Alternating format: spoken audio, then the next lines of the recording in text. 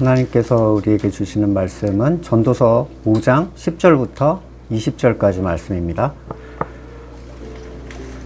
돈 좋아하는 사람은 돈이 아무리 많아도 만족하지 못하고, 부를 좋아하는 사람은 아무리 많이 벌어도 만족하지 못하니 돈을 많이 버는 것도 헛되다. 재산이 많아지면 돈 쓰는 사람도 많아진다. 많은 재산도 임자에게는 다만 눈요기에 지나지 않으니 무슨 소용이 있는가. 적게 먹든지 많이 먹든지 막리를 하는 사람은 잠을 달게 자지만 배가 부른 부자는 잠을 편히 못 잔다. 나는 세상에서 한 가지 비참한 일을 보았다. 아끼던 재산이 그 임자에게 오히려 해를 끼치는 경우가 있다. 어떤 사람은 재난을 만나서 재산을 다 잃는다. 자식을 낳지만 그 자식에게 아무것도 남겨줄 것이 없다. 어머니 태에서 맨몸으로 나와서 돌아갈 때에도 맨몸으로 간다. 수고해서 얻은 것은 하나도 가져가지 못한다. 또 한 가지 비참한 일을 보았다. 사람이 온 그대로 돌아가니 바람을 잡으려는 수고를 한들 무슨 보람이 있는가. 평생 어둠 속에서 먹고 지내며 온갖 울분과 고생과 분노에 시달리며 살 뿐이다. 그렇다 우리의 한평생이 짧고 덧없는 것이지만 하나님이 우리에게 허락하신 것이니 세상에서 애쓰고 수고하여 얻은 것으로 먹고 마시고 즐거워하는 것이 마땅한 일이요 좋은 일임을 내가 깨달았다. 이것은 곧 사람이 받은 몫이다. 하나님이 사람에게 부와 재산을 주셔서 누리게 하시며 정해진 몫을 받게 하시며 수고함으로써 즐거워하게 하신 것이니 이 모두가 하나님이 사람에게 주신 선물이다. 하나님은 이처럼 사람이 행복하게 살길 바라시니 덧없는 인생살이에 크게 마음 쓸 일이 없다. 아멘. 성경에서 돈을 긍정하는 부분을 보신 적이 있나요? 돈은 하나님의 축복이다 라든지, 아니면 하나님의 나라를 돈으로 세울 수 있다 라든지 보면 없어요. 대부분 부정적인데 오히려 일만하게 뿌리라고 할 정도로 부정적으로 바라보죠. 그러나 성도가 이 돈의 문제에 관해서 가장 어려운 점은 돈이 없이는 살 수가 없다는 거예요. 사회생활이라는 건 구매와 판매로 이루어집니다. 그러니까 자급자족의 삶을 살 게 아니라면 교환의 수단이 된 돈이 없이 세상을 산다는 건 불가능해요. 아예 가까이 가지 않을 수 있다면, 금주, 금연, 아예 끊어버려도 생활에 지장이 없다면 편할 텐데, 그 일만하게 뿌리를 반드시 이용하면서 살아야 되는 삶이라는 게 이 성도한테 얼마나 위험한 일이겠어요. 일만하게 뿌리를 계속 이용해야 되는 거죠. 선악의 주권같이 가져도 누릴 수 없는 절대 반지 같은 것과는 달리 이 돈은 누구나 갖기만 하면 그 능력을 즉각적으로 발휘할 수가 있습니다. 선악의 주권은 스스로 왕이 되었다는 그 주권자됨에 대한 만족 외에는 거의 다 괴로움이에요. 내가 그걸 이룰 수 없다는 걸 발견하게 되거든요.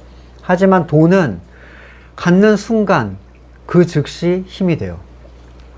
가령 추리닝을 입고 슬리퍼를 신은 사람이 수입차 전시장에 가서 쓱 들어갔단 말이에요. 주머니에 손을 넣고 질질 끌면서. 그럼 사람들이 오겠죠. 무슨 일로 왔느냐. 그러니까 내보내려고 온 거죠. 근데 이 사람이 갑자기 주머니에서 아메리칸 익스프레스 블랙을 딱 꺼내드는 순간 다른 대우가 나타납니다. 그리고 그의 허름한 행색은 외모를 신경 쓰지 않는 쿨함으로 바뀌어요. 고 삼성 이건희 회장의 자동차 구매 스토리를 제가 들은 적이 있어요. 가가지고 이렇게 보다가 이거랑 저거랑 그리고 여기서부터 저기까지 주세요. 마트에서도 이렇게 저는 해본 적은 없는데 자동차 구매를 그런 식으로 했다 그러더라고요. 돈이 있으면 그가 신은 싸구려 슬리퍼나 추리닝은 오히려 멋들어진 간지가 되는 거예요. 아이폰의 스티브 잡스, 청바지와 검은 티. 그것만 입어도 부티가 잘잘 흐르잖아요. 세상에 있는 여러 가지 행복의 가치 중에 돈이 가진 이 특별성이라는 게 있는데, 보통은 사물이 가진 그 고유의 특성으로 인해서 즐거워하죠. 커피 메이커가 있으면 그거 커피를 내려서 먹는 즐거움. 또 자동차가 있으면 그걸 타고 느끼는 성능과 편안함, 스피드를 즐기는 거죠. 또 예쁜 옷, 그걸 입고 나갈 때 즐거움을 주고, 맛있는 음식은 그 미각에서 즐거움을 줍니다. 근데 돈은 고정이 없어요. 돈의 능력은 위에서 얻은 그 즐거움을 거의 모든 영역에서 활용할 수가 있습니다. 어마어마한 거죠. 그 용도가 제한적이지 않다는 게 굉장히 중요한 특징인데, 언제든 가지고만 있다면 내가 상상한 걸 이루어준다. 그리고 그 용도의 무한한 가능성, 그리고 저장의 편의성, 이게 돈을 원하는 근본적인 원인이 됩니다. 이 놀라운 활용도와 편의성이 사람들이 돈에 열광을 하는 아주 중요한 이유예요. 또 하나의 특징은 단번에 얻는 게 가능하다는 거예요. 돈은 가족, 건강, 좋은 관계들, 명예, 권력 쌓아 올려야 되는데, 이 돈은 좀 달라요. 일반적으로는 서서히 쌓아 올려야 하지만, 예로부터 뭐 벼락부자, 졸부 이런 표현이 있다는 건 한타에 훅 들어오기도 한다는 거죠. 요즘은 뭐 로또, 복권, 또 코인이나 주식, 부동산 같은 걸 잘 타기만 하면 엄청난 부를 갑자기 이룰 수 있어요. 노력과 관계없이, 시간과 관계없이. 따라서 아무런 그 돈 버는데 기초가 없는 사람들도 이 돈에 대한 꿈을 꿀 수가 있는 거예요. 하다못해 복권이라도 하나 사놓고 일주일 동안 행복한 꿈을 꾸기도 하잖아요. 또 부는 특별한 게 남의 걸 빼앗아서 내 걸로 딱 만드는 게 가능한 종류입니다. 폭력으로 빼앗을 수도 있고, 사기를 칠 수도 있고, 권력으로 빼앗을 수도 있어요. 건강이나 지식이나 즐거움, 가족, 뭐 영광 이런 거는 빼앗을 수가 없거든요. 근데 이 돈은 그게 가능한 영역에 있어요. 그 주머니에서 내 주머니로 넘어오면 되는 거예요. 내 모든 약점을 거의 다 커버해 줄 수 있는 이 강력한 힘, 노력과 관계없이 순식간에 증폭할 수 있는 가능성을 가진 이 힘, 너무 매력적일 수밖에 없습니다. 만약에 세상에 모두가 똑같이 부유하다면, 다 100억씩 가지고 있다면 문제가 사라지겠는가? 그 부유함으로 다시 문제가 발생하죠. 앞에서 말씀드린 대로 사람은 경쟁적 우위에서 행복함을 느끼기 때문이에요. 동일한 가치는 그에게 우월함의 즐거움을 주지를 못합니다. 부유층이 가진 경쟁 구도와 치열함은 서민이 갖는 경쟁과 비교할 수 없이 차갑고 잔인하고 또 예민해요. 돈의 능력 때문에 사람들은 돈을 갖게만 하면 거의 모든 걱정으로부터 자유로울 수 있을 거라고 생각을 합니다. 내 선을 이루어줄 수 있는 절대적인 방식이죠. 세상의 방식. 이런 이유에서 더 많은 돈에 대한 소망은 옛사람의 근본적인 욕구예요. 그러니까 선악의 주권만 있는 나에게 전지전능까지 부여할 수 있는 능력인 거죠. 더 많은 돈은 더 큰 힘이 보장되고, 숫자에는 끝이 없듯이 쌓아 올리는데도 만족이 없어요. 하지만 이상하게 돈은 가지는 순간 그 기쁨이 퍽 터진과 동시에 싹 사라집니다. 가지는 동시에. 더 많은 돈을 향해 허기를 느끼게 되는 게 이 옛 자아를 내가 발견하게 돼요. 더 갖고 싶다, 이런 거죠. 네, 얻는 순간 잠깐의 기쁨과 함께 이미 이게 내 소유가 됐기 때문에 흥미를 금방 잃어요. 없는 걸 원하잖아요, 사람은. 네, 가지지 못한 것에 대한 갈망을 가지고 있고, 그것이 그를 수고하게 하는 동기가 됩니다. 본문 1절에서 말하는 돈을 좋아하는 사람에서 좋아하다라는 의미는 끊임없이 그걸 갈망하는 상태를 의미해요. 고 최형국 선생이라고 혹시 알고 계신가요? 뭐 아시는 분도 계시겠고 모르시는 분도 계시겠지만 지금 돌아가신 지가 몇 년 되셨어요. 이분이 이런 돈에 대해서 이런 얘기를 하십니다. 사업을 해보니까 돈 버는 게 정말 위험한 일이더라. 사람들이 잘 모르는데 돈 쓰는 재미보다 몇천 배 강한 게 돈 버는 재미다. 돈을 벌다 보면 어떻게 하면 더 벌릴지가 자꾸 보인다. 그 매력이 얼마나 강한지 아무도 빠져나올 수가 없다. 어떤 이유로든 사업을 하게 되면 자꾸 끌려드는 거지, 아니, 끌려 들게 되는 거지. 예. 정이고 나발이고 삶의 목적도 다 부수적인 게 된다. 이건 중독도 아니고 그냥 신앙이다.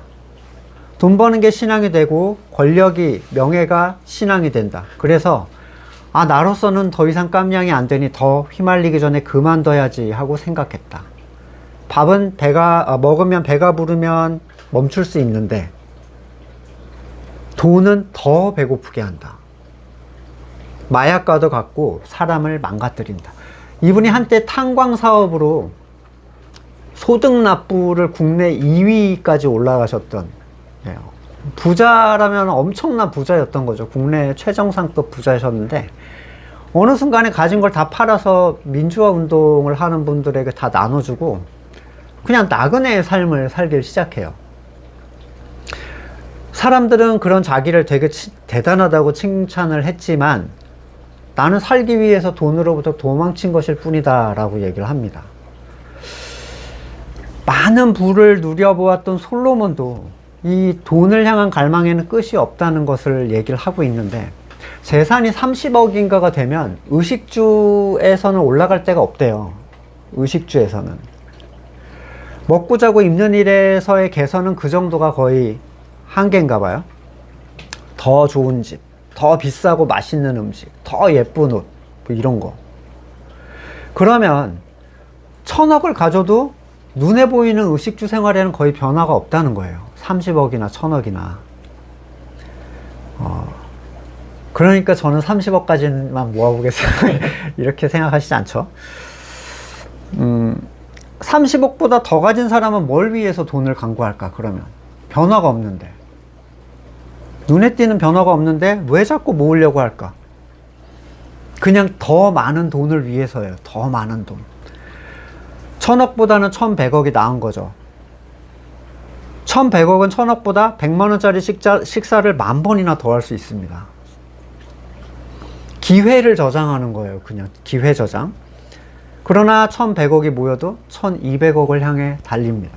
숫자에는 끝이 없으니까. 잡히지 않는 신기루를 따라 헤매다가 갈증으로 죽어가는 나그네들처럼 이 갈증은 절대로 끝나지 않는다는 거예요. 마치 바다에서 갈증 나면 바닷물을 퍼먹고 죽는 것처럼 돈에 대한 집착은 능력에 대한 저장의 개념이 있습니다. 거기에는 끝이 없어요. 1절을 잘 보시면 전도자가 돈을 좋아하는 사람과 부를 좋아하는 사람이 헛되다고 하는 이유는 절대로 만족할 수 없다라는 사실 때문이에요. 절대로. 그냥 마약과 같은 거죠. 쾌감이 강렬하지만 너무 일시적이고 더 많은 돈으로만 만족할 수 있어요. 결국 그가 누리는 즐거움은 숫자의 상승 자체예요. 활용도가 아닙니다. 그냥 숫자가 올라가고 있다라는 걸 즐거워하는 거죠. 그리고 그 숫자로 할 수 있는 가능성들을 상상하면서 즐거워해요. 이 정도면 몇 년 동안 이것도 하고 저것도 할 수 있어. 이걸로 즐거워하는데 그걸 실행하느냐? 안 합니다. 그 상상을 즐기는 거예요. 반대로 잃을 때도 우리는 똑같아요. 손실이 났을 때, 주정차 위반 딱지를 받았다. 이 돈이면 치킨을 몇 마리 사 먹고 막 이런 생각이 막 돌아가요. 하지만 있었어도 치킨을 몇 마리 사 먹는 일은 없었을 거예요. 그 가능성을 잃어버린 거에 대해서 슬퍼하는 거예요. 누가복음 12장 16절. 그리고 그들에게 비유 하나를 말씀하셨다. 어떤 부자가 밭에서 많은 소출을 거둬서 속으로 내 소출을 쌓아둘 곳이 없으니 어떻게 할까 궁리했다. 이렇게 해야 되겠다. 곡간을 헐고 더 크게 짓고 내 곡식과 물건을 가져다 쌓아두겠다. 그리고 내 영혼에게 말하겠다. 영혼아, 여러 해 동안 쓸 많은 물건을 쌓아두었으니 너는 마음 놓고 먹고 마시고 즐겨라. 하나님께서 어리석은 사람은 오늘 밤에 네 영혼을 내게서 도로 찾을 것이다. 그러면 네가 장만한 것들이 누구의 것이 되겠느냐. 이 부자는 자기가 쌓아놓은 것에 미래적 가능성에 되게 즐거워하고 있었어요.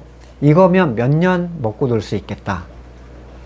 그러나 그가 정말로 먹고 놀까요? 창고가 늘렸으니까 더 채워야 돼요. 그는 그것보다 더 오랫동안 놀고 먹을 것을 쌓으려고 수고할 뿐입니다. 창고를 늘리고 자기가 쌓을 수 있는 저장력의 최대치를 계속 확장시키죠. 이 사람이 말하는 수고의 목적, 놀고 먹는다는 것은 유흥을 즐기는 의미가 아니라 일을 하지 못해서 벌이가 없어도 안전할 수 있는 확보예요. 안전함에 대한 확보. 사람들에게 일을 하지 못한다는 건 생존의 문제였어요. 먹고 사는 문제. 쌓아놓은 게 많을수록 자신의 안전이 그 쌓아놓은 것에 의해 보장이 되기 시작합니다. 노후를 생각하는 사람들의 마음은 일을 안 하면서 내가 몇 년까지 먹고 살 수 있는가, 이게 노후 준비의 핵심이거든요. 인생을 몇 년으로 생각했을 때 남은 인생을 보장받을 만한 거를 나는 쌓아놨는가, 불안한 거죠. 결국 부에 대한 갈망은 실제적으로 안전함에 대한 보장과도 굉장히 직결되는 문제입니다. 그리고 그 안전이 돈이라는 사탄에 속한 세상의 한 영역의 의지가 된다는 게 굉장히 큰 문제가 되는 거예요. 누가복음의 이 부자는 오늘 전도서 기자가 말하는 사람과 같은 사람이죠. 쌓아놓은 재산은 정작 눈욕이에요. 나 이렇게 많이 쌓아놨네? 실제로 즐기는 게 아닙니다. 그러나 돈으로 그 목숨에 대한 방비가 전혀 안 됐죠. 재산이 많아지면 쓰는 사람도 많아지고 스케일도 달라지고 용도와 질도 다 달라져요. 여윳돈이 생기면 쓰지 않았던 활용도를 자꾸 찾잖아. 이걸로 뭐 해보지? 자녀들도 부모의 재력에 따라서 씀씀이의 스케일이 달라집니다. 사장에서는 혼자 사는 남자가 물려줄 사람도 없이 수고로 이 재산을 모으는 장면을 쓸쓸하게 바라봤다면, 이 본문에서는 같이 쓸 사람이 있는데 즐겁지가 않은 거예요. 사람은 결코 돈으로 만족할 수가 없는 존재입니다. 하지만 우리는 그것으로 만족할 수 있을 것이라고 자꾸 스스로를 속여요. 일시적인 그 쾌감 때문에 이건 만족이야 라고 생각하는 거죠. 사탄은 나를 경배하면 세상의 모든 부와 영광을 주겠다, 예수님한테 거래를 시도했어요. 근데 정작 예수님의 관점은 부와 영광은 하나님으로부터 받으면 된다가 아니었어요. 예수님의 관점은 경배의 대상이 누구인가에만 초점이 있었습니다. 부귀영화, 예수님한테는 무가치했어요. 하나님의 나라에 속한 게 아니었기 때문에. 세상의 부귀영화에 마음이 끌리는 사람들은 그 주인, 소유주한테 절을 하게 돼 있습니다. 전에 말씀드린 대로 여러분이 아무리 사탄을 존재적으로 싫어한다 해도 그 소유의 정신을 빼앗기고 있다면 여러분은 사탄을 위해서 살 수밖에 없어요. 물질로 안전함을 추구하는 사람, 물질로 미래를 보장받으려는 사람은 그 물질의 주인에게 자기 안전을 맡기려는 사람이에요. 그래서 성경은 끊임없이 부에 대한 갈망을 경계를 시킵니다. 디모데전서 6장 10절, 돈을 사랑하는 것이 모든 악의 뿌리입니다. 특정 악도 아니고요. 모든 악이래요. 모든 악. 그러니까 근본적인 영역이라는 거예요. 나를 전지자로 만들어줄 수단이 돼버리는 거죠. 전지전능한 자가 될 수 있게. 돈을 쫓다가 믿음에서 떠나 헤매기도 하고 많은 고통을 겪기도 한 사람이 더러 있습니다. 자, 심지어 모든 악의 뿌리라 할 정도로 돈이 성도에게 갖는 이 영적인 영향력은 상상을 초월하는데, 뭘 상상하든 돈의 위험성은 그렇게 큰 거예요. 근데 미치겠는 거죠. 돈을 쓰고 살아야 되니까. 누가복음 16장 13절, 한 종이 두 주인을 섬기지 못한다. 그가 한쪽을 미워하고 다른 쪽을 사랑하거나 한쪽을 떠받들고 다른 쪽을 업신여길 것이다. 너는 하나님과 재물을 함께 섬길 수 없다. 돈을 좋아하는 바리새파 사람들이 이 모든 말씀을 듣고 예수를 비웃었다. 돈을 사랑하는 사람은 절대로 하나님을 사랑하지 않아요. 그럴 수가 없대요. 성경은 둘을 같이 사랑한다는 건 불가능하다라고 말합니다. 다시 말해서 나는 하나님도 너무 좋고 돈도 너무 좋은데 어떻게 하지라는 건 거짓말이라는 거예요. 하나님을 사랑하는 사람이 돈을 사랑한다고 거짓말할 리는 없죠. 돈을 사랑하는 사람이 하나님 사랑한다고 거짓말하고 있는 거예요. 디모데후서 3장 1절, 그대는 이걸 알아두십시오. 말세 어려운 때가 올 것입니다 라고 하면서, 이런 증상이 나타나는 게 성도에게 나타나는 증상이에요. 자, 사람들은 자기를 사랑하며, 원래 성도는 자기가 부인의 대상이잖아요. 근데 자기를 사랑하며 바로 뒤에 붙는 게 돈을 사랑하며예요. 자기 사랑의 핵심이 돈 사랑이에요. 돈 사랑. 자기를 부인하지 않으려는 사람들의 가장 큰 특징, 돈에 대한 그 열망, 이걸 부정하려고 하지 않아요. 뽐내며 교만하며 하나님 모독하며 부모에게 순종하지 않고 불경스러우며 무정하며 원한을 풀지 않으며 난폭하고 겉으로는 경건하게 보이나 경건함의 능력은 부인할 것입니다. 이런 사람들을 멀리 하십시오. 경계하라는 거예요. 위험한 사람들이다. 그러면 걱정하실 수 있죠. 내 속에 돈 좋아하는 게 있는데 어쩌지? 여기 아마 해당 안 되는 분이 거의 없을걸요? 나는 완전 돈에서 자유해. 그러면 굉장히 훌륭한 성도의 자세예요. 근데 여기에서 이 멀리 해야 된다라고 한 이런 사람은 이런 모습을 가지고 있는 사람을 얘기하는 게 아닙니다. 사람들이 나 돈 좋아하는데 나 멀리 하라고 하는 거 아니야? 이렇게 걱정하실 수 있는데, 끊임없이 이걸 지형하면서 그게 잘못이라고 여기지 않는 사람들이 있어요. 이게 옳다 주장하는 사람들.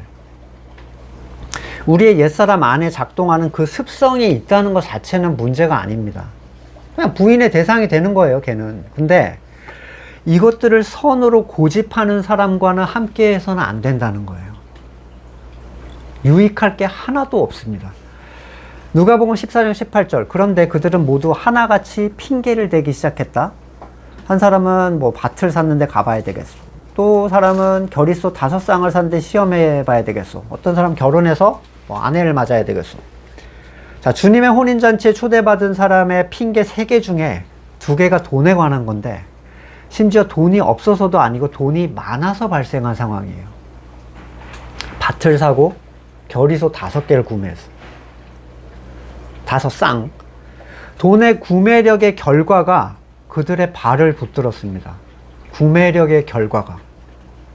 그러나 하나님은 그들을 기다려주지 않으셨어요.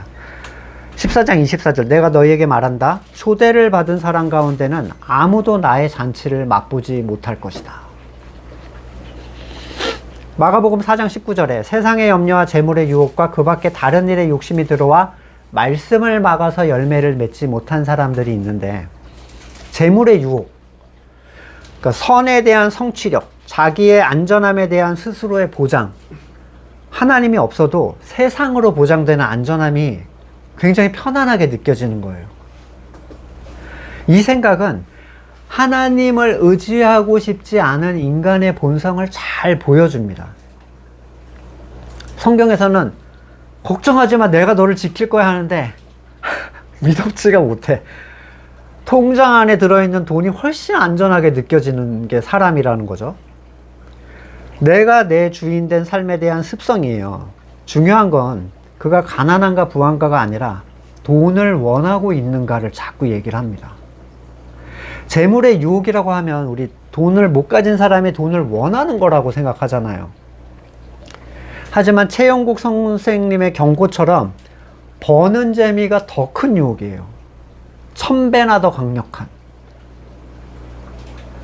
가진 사람이 더 큰 유혹에 넘어갑니다. 왜냐하면 활용도가 너무 많거든요. 논도 살 수 있고 밭도 살 수 있고 겨릿소도 살 수 있습니다. 마태복음에서 두 주인 비유를 한 다음에 바로 걱정에 대한 얘기를 하세요. 예수님이 마태복음에서는. 아까 두 주인을 섬기지 못한다, 그 본문이 마태복음에서는 이렇게 이어져요. 바로 뒤에. 그러므로 내가 너희에게 말한다.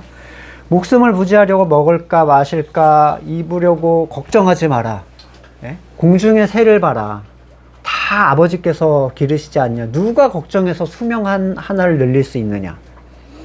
어찌하여 옷을 걱정하느냐. 들의 백합화가 어떻게 자라는지 봐라. 수고도 하지 않고 길쌈도 하지 않는다. 그러나 내가 너희에게 말한다. 온갖 영화로 차려입은 솔로몬도 이 꽃 하나와 같이 잘 입지 못했다. 오늘 있다가 내일 아궁이에 들어갈 들풀도 하나님께서 이와 같이 입히시거든. 하물며 너희들을 입히시지 않겠느냐. 믿음이 적은 사람들아. 솔로몬의 영광보다 꽃의 이 작은 들풀의 영광이 큰 이유는, 꽃은 순전히 하나님께서 입히신 그 하나님의 뜻 그대로 있었기 때문이에요. 결국 돈에 대한 갈망은 불안한 세상에 대한 안전장치, 스스로 취하는 영광의 개념에서 옵니다. 하나님만으로는 만족이 또는 안심이 안 된다는 거예요. 하나님은 미덥지가 못해. 여호와는 나의 목자시니 내게 부족함이 없다. 잘들 외우고 살지만 그냥 외우기만 한 거예요. 부족함이 너무 많아. 히브리서 기자는 온통 불안한 상황에 있었던 히브리 성도들에게 이렇게 얘기를 합니다. 13장 5절에 돈을 사랑함이 없이 살아야 하고 지금 가지고 있는 것으로 만족해야 합니다. 주님께서 친히 말씀하시기를 내가 결코 너를 떠나지도 않고 버리지도 않겠다 하셨습니다. 그래서 우리는 담대하게 이렇게 말합니다. 주님께서는 나를 도우시는 분이시니 내게 두려움이 없다. 누가 감히 내게 손댈 수 있으랴. 누가복음 12장 15절 너희는 조심하여 온갖 탐욕을 멀리해라. 재산이 차고 넘치더라도 사람의 생명은 거기에 달려있지 않다. 아예 안 보고 살 수 있으면 좋은데 이 속에서 이걸 이용하면서 살면서 어떻게 이걸로부터 안전할 수가 있는가. 그래서 돈은요, 자기 부인의 영역의 핵심이에요. 옛사람의 선을 이루어줄 하나님의 유일한 대체제. 항상 경계해야 되는 영역. 순식간에 잠식될 수 있는 영역. 그럼에도 불구하고 그것과 계속 접촉을 하고 살아야 하는 영역. 이런 얘기 하잖아요. 자기 부인은 어떻게 하는지 모르겠어요. 내 자기 부인의 영역을 모르겠어요. 쉽습니다. 멀리 갈 필요가 없어요. 돈의 영역에서 반드시 나타납니다. 왜냐면 일만하게 뿌리를 만지면요, 반드시 반응하게 돼 있어요. 옛사람은.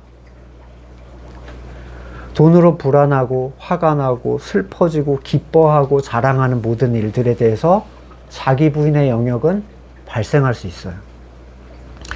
불안함이 돈으로 만족될 거라고, 사라질 거라고 생각되지만 의외로 돈은 불안함을 해소해 주지 못합니다. 심지어 많이 가지고 있는 사람들이 불안한 까닭은 이것이 줄어들 거라는 생각 때문이에요. 아까 주차 딱지 엄청나게 아까워. 그거 있다고 사실 삶에서 달라지는 게 하나도 없거든요. 1000만 가지 활용도가 5만원짜리 1000만 가지 활용도가 막 떠올라요. 머리에 부글부글 끓습니다. 아무리 가져도 만족할 수 없는, 더 구체적으로 말하면 평안할 수 없는 게 돈이에요. 우리 내면의 돈을 향한 갈망은 죽기 싫어하는 자아의 몸부림이에요. 반드시 필요한 거야 라는 필수적인 이유가 돈을 위하여 사는 삶을 정당화해주지 못합니다. 12절에서 막리라는 사람과 부자를 비교하는데, 재미있는 것은 막리라는 사람은 배가 부르든 고프든 잘 잔대요. 근데 부자는 배가 부른데 잠을 자지를 못해요. 과식 때문인가요? 부대껴서. 가난한 사람도 배불렀는데 잘 자잖아요. 그 사람은 일을 많이 해가지고 소진이 돼서 그런가. 오히려 밤에는 배가 고프면 잠이 안 오죠. 배가 고파서 야식을 자꾸 먹잖아요. 근데 가난한 사람은 왜 배부른 배고픔과 관계없이 잠을 잘 자냐.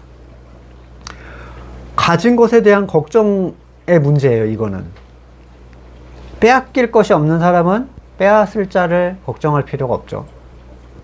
그런 말도 있잖아요. 잃을 게 없는 사람이 제일 무서운 사람이다. 이 성도는 잃을 게 없는 사람이어야 되는데 잔뜩 쥐고 덜덜 떨고 있어요. 두 손에 가득히 들고 있는 사람들은 이게 혹시나 흘릴까? 누가 건드릴까? 누가 노리고 있을까? 이게 줄어들까? 쉬지를 못합니다.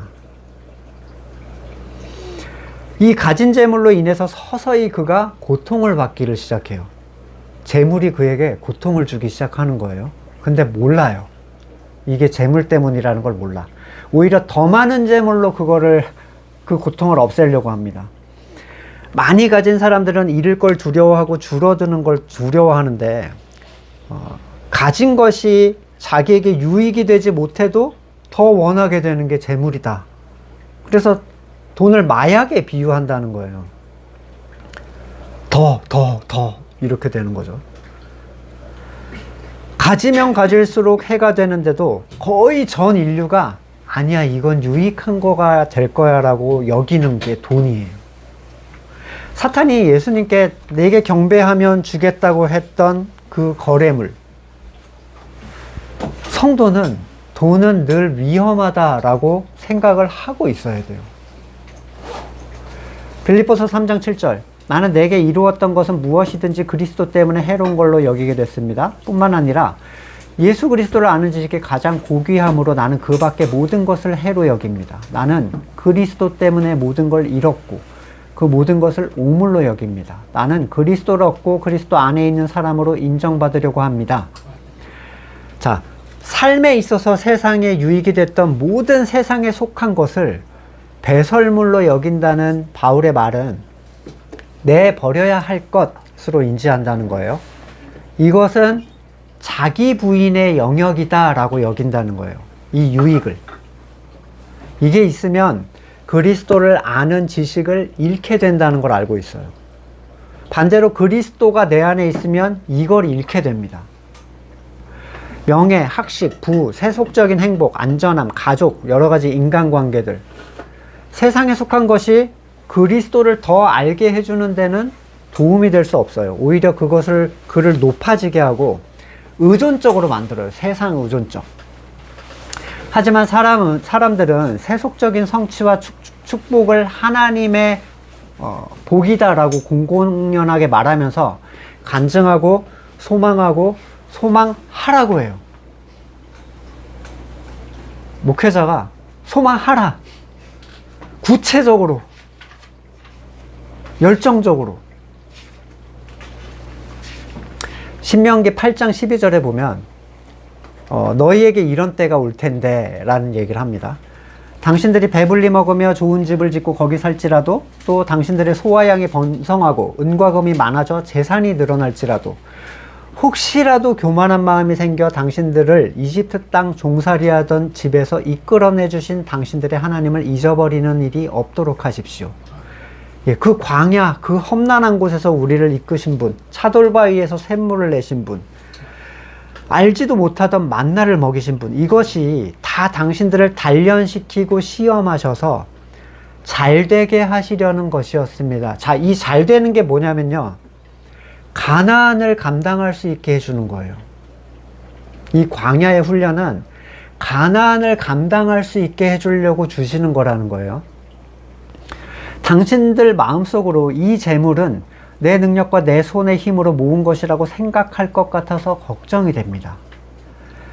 그러나 당신들의 하나님이 당신들 조상에게 맹세하신 그 언약을 이루시려고 오늘 이렇게 재산을 모으도록 당신들에게 힘을 주셨음을 당신들은 기억해야 합니다. 이게 미리 경고가 됐다는 건 분명히 지가 모았다고 생각할 거라는 거예요. 에스겔 28장에 두로에 대한 얘기를 합니다. 두로에 대한 평이, 네가 마음속으로 신이라고 된 듯 우쭐거리고 있지만 너는 사람이요 신이 아니다, 이렇게 얘기합니다. 너는 다니엘보다 더 슬기롭다.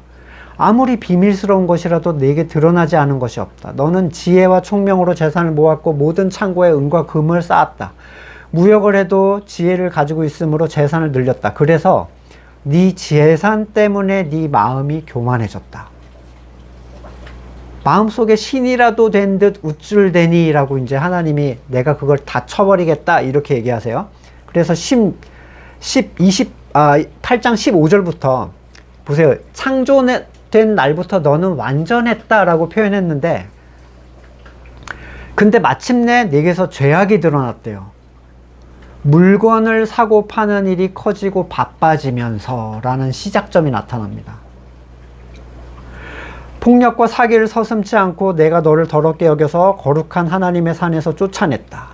너는 네 미모를 자랑하다 마음이 교만해지고 영화를 자랑하다 지혜가 흐트러졌다. 그래서 완전히 무너뜨린 다음에 하나님이 그에게 뭐라고 하냐면, 멸망이 너를 덮쳤으니, 그 전엔 내가 신이다 막 이랬잖아요. 이제 너는 아무것도 아니다. 무시무시한 거죠. 세상 것에 대한 욕구는 모두 돈으로 귀결됩니다. 결국에 이생의 자랑, 육신의 정욕, 안목의 정욕, 돈이면 다 돼요. 그냥 돈이에요. 세상 것에 대한 소망은 부자가 되려는 욕망, 돈에 대한 사랑으로 요약이 되는데, 현재 많이 가지고 있는가 이걸로 얘기하는 게 아니에요. 오히려 가난한 사람이 부자보다 더 탐욕스러울 수 있어요. 우리는 죽음 앞에서 아무것도 가져갈 수 없다라는 사실을 기억해야 되고, 그 죽음이 언제 우리에게 찾아올지 모른다라는 것도 기억해야 됩니다. 최근에 두 개의 죽음을 봤어요. 육선을 한 국회의원 죽음이 하나 있었어요. 그리고 전 국민이 아는 유명한 배우. 죽음 앞에서는 아무것도 가져갈 수가 없어요. 최근에 영상 하나를 봤는데, 씨름 선수로 키가 컸던 씨름 선수 한 분이 전동 휠체어를 타고 다니시는데 월 40만 원 기초수급으로 살아가고 계시더라고요. 돈이 그렇게 많았는데. 씨름 그 챔피언 한번 하면 아파트 한 채, 강남 아파트 한 채 값씩 받았대요. 아니 40만 원으로 산다는 게 너무 황당한 거예요. 이만기 씨는 방송에서 잘 보이던데. 그러니까 사기를 계속 당하면서 한순간에 다 털려버린 거예요. 그 많은 게. 있다가도 없고 없다가도 있어요. 언제 어떻게 될지 모르는 게 돈이고 지킬 수 없다는 거예요. 평생 그걸 모으려고 수고했지만 17절의 표현처럼 평생 어둠 속에서 먹고 지내며 온갖 울분과 고생과 분노에 시달리며 살 뿐이다. 이렇게 말을 해도 듣지 않을 사람이 가득하다는 건 너무 분명한 사실입니다. 이것을 하나님께서 그에게 보여주시지 않으면 누가 이걸 받아들일 수 있겠어요? 이 강력한 힘을. 안다고 해도 멈출 수가 없다는 거예요. 마약처럼. 이걸 먹으면 잠깐 그러다가 더 강한 허탈함에 빠질 거야를 알면서도 멈출 수가 없어. 죽기 전까지 갈구하게 되는 거. 이게 돈이 주는 위험성이에요. 전도서 기자는 한평생이 짧고 덧없는 것임에도 불구하고 이 삶이라는 것이 하나님께서 우리에게 허락하신 것이다 라고 얘기를 합니다. 그리고 그 삶 속에서 수고를 통해 즐거워하는 것이 마땅하며 좋은 일이다. 이렇게 얘기해요. 삶 속에서의 생계를 위한 수고와 그것을 통한 즐거움은 죄가 아니에요. 정죄감을 느끼시면 안 됩니다. 거기에서. 왜냐하면 이걸 사람에게 주신 선물이라고 표현하고 있잖아요. 그러니까 모든 수익 활동에 정죄감을 느끼는 분도 간혹 계시거든요. 내가 돈을 버는 게 합당한가. 근데 합당해요. 그렇게 살 수 있게. 또 그걸로 즐거워하게 주신 선물이에요. 네. 그럼에도 불구하고 이 즐거움은 쌓아놓은 재산으로부터 오는 게 아니라는 사실을 아셔야 돼요. 전도자는 부하고자 하는 사람들이 결코 그걸로 즐거워할 수 없다는 것을 앞에서 계속 얘기해 왔잖아요. 부가 목표가 되지 않은 상황에서 수고함으로 얻은 보람과 부를 누리고 그걸 즐거워하는 것. 부가 목표가 되지 않는 상황에서. 이것은 세상에서 허용된 성도의 삶의 일부입니다. 특별히 눈여겨봐야 될 것은 19절에 정해진 몫을 받게 하시는 분이 하나님이시라는 것. 이 정해진 몫을 넘어서 내가 즐거움을 누리려고 하면 절대로 그는 즐거워할 수가 없어요. 신을 넘어서겠다는 것과 같은 얘기거든요. 하나님은 성도의 모든 삶의 계획이 있으십니다. 그리고 그 삶의 계획 안에 만족하고 누리는 것은 무슨 되게도 자기 성취를 통한 게 아니라 계획하고 주신 분에 대한 신뢰로부터 그 즐거움이 나온다는 거예요. 빌립보서 4장 11절. 내가 궁핍해서 이렇게 말하는 게 아닙니다. 나는 어떤 처지에서도 스스로 만족하는 법을 배웠습니다. 비천하게 살 줄도 알고 풍족하게 살 줄도 압니다. 생각하겠죠. 풍족하게 당연히 살 줄 알지. 아니에요. 거기서 바울이 지금 얘기하는 처할 줄 안다는 얘기는 하나님을 향한 중심이 전혀 흐트러지지 않을 수 있어라는 거예요. 배부르거나 굶주리거나 풍족하거나 궁핍하거나 그 어떤 경우에도 적응할 수 있는 비결을 배웠습니다. 나에게 능력 주시는 분 안에서 나는 모든 걸 할 수 있습니다. 이 능력은 주신 것에 만족하게 하시는 능력이죠. 어느 상황에도 만족할 수 있게 하시는 하나님의 능력. 바울은 자신이 목표한 것에 의해 만족한 사람이 아니라 주어진 상황에 만족하는 사람이었어요. 왜냐하면 거기에는 하나님의 뜻에 대한 신뢰가 있거든요. 저는 지금 여러분 각자의 처한 삶을 알지는 못합니다. 하지만 어느 상황에 있더라도 그곳에서 누릴 수 있는 즐거움과 만족을 하나님이 준비하고 계셨다는 거예요. 요셉이 감옥에서 하나님을 누렸죠. 억울한 그 감옥에서. 다윗은 도망 중에 하나님과 동행을 합니다. 자신을 신처럼 만들어줄 것이라는 기대로 이 재물, 물질을 포기하지 못하는 사람들은 자기를 부인할 생각이 없는 사람이에요. 자기 선을 이루기 위해 부가 필요하다라고 생각하지만 부는 절대로 그 사람에게 선을 이루어주지 못합니다. 요한 3서 1장 2절. 사랑하는 이여 나는 그대의 영혼이 평안함과 같이 그대에게 모든 일이 잘 되고 그대가 강건하기를 빕니다. 가이오 장로는요, 물질이 풍요로운 사람이었어요. 부자였죠. 그가 가진 재력으로 많은 성도를 도왔습니다. 그러나 사도 요한은 가이오에게 물질을 버려라. 너는 왜 부를 붙잡고 있느냐? 가난을 추구해라 이러질 않고 너의 영혼이 평안같이 나는 네가 더 부자가 됐으면 좋겠어. 이런 얘기를 해줘요. 그래서 이게 엄청 악용되고 있는 본문이죠. 모든 일이 잘 되고 강건하기를. 왜 그런가요?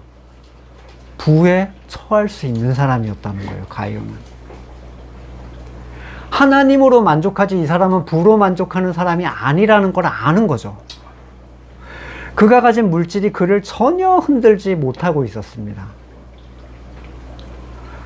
부요에도 처할 줄 아는 사람이었을 뿐이에요. 부요에 처할 줄 아는 사람은 부에 연연해하지 않습니다. 빈곤에 처할 줄 아는 사람은 빈곤에 연연해하지 않아요. 벗어나려고 막 발버둥 치지 않아요.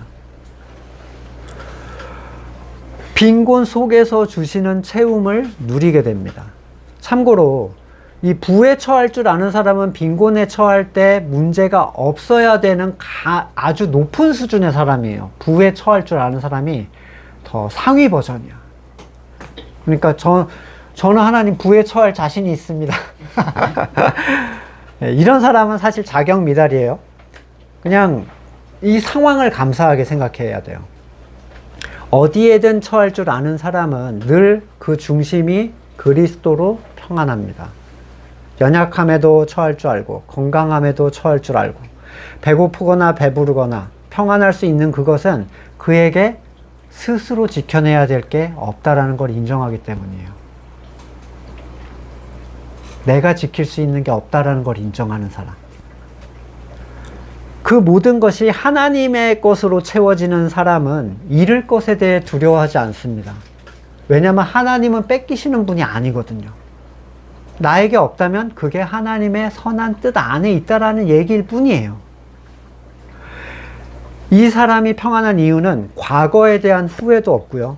미래에 대한 두려움도 없이 그의 현재라는 선물에 집중하고 있다는 거예요.